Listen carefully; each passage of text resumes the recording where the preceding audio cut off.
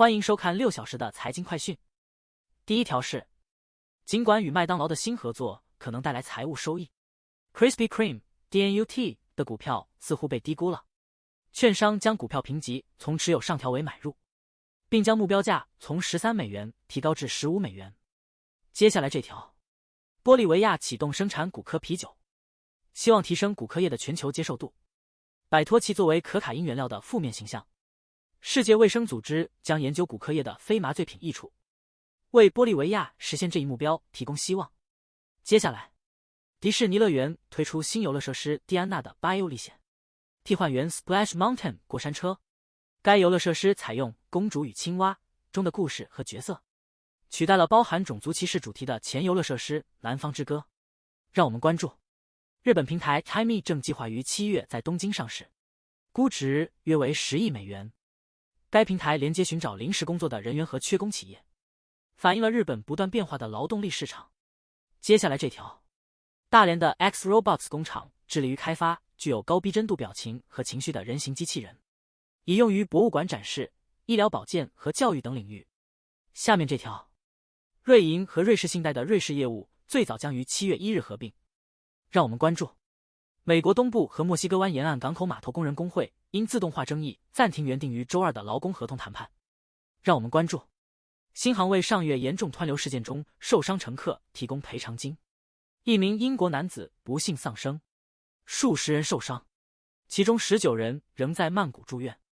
轻伤乘客获1万美元赔偿金，重伤乘客可协商特定情况赔偿，并获25000美元预付款。下一条，2024年股市上涨，大盘股表现优异，因巨型科技股盈利增长强劲，且在经济和利率前景不确定时提供基本面支撑。让我们关注，摩根士丹利首席执行官泰德·皮克表示，长期保持利率在较高水平有利于业务。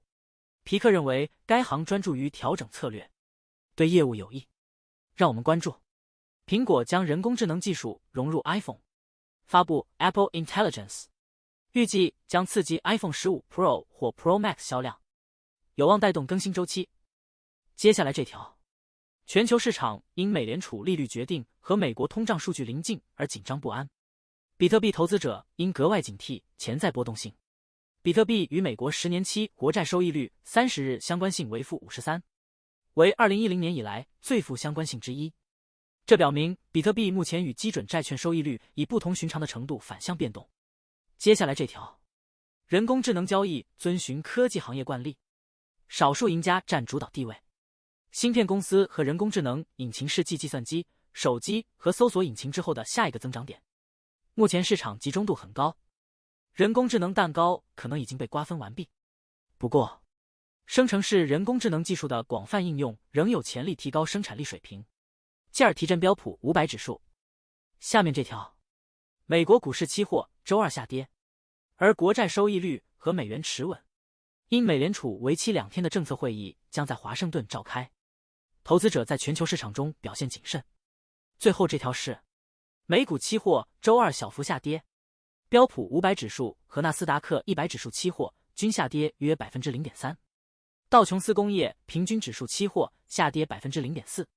投资者等待美联储会议的信号，预计会议将指明利率路径。尽管市场对经济过热或过冷的不确定性，但美股仍取得进展。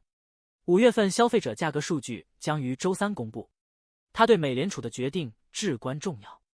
以上是过去6小时的财经快讯，我们6小时后见。